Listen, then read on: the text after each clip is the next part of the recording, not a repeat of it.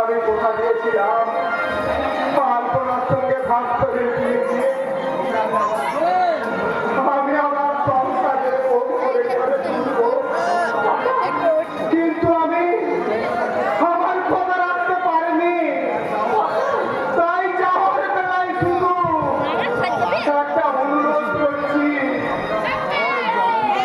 আপনার আলপনাকে আমি ভাস্করের হাতে তুলে দিয়ে গেলাম, আর আপনি রক্ষা করবেন আমার ফেলে যাওয়া যে সংসারে অহরহ চলছে চলছে চিতা পাচ্ছে সংসার শ্মশানে ভালোবাসা করে শান্ত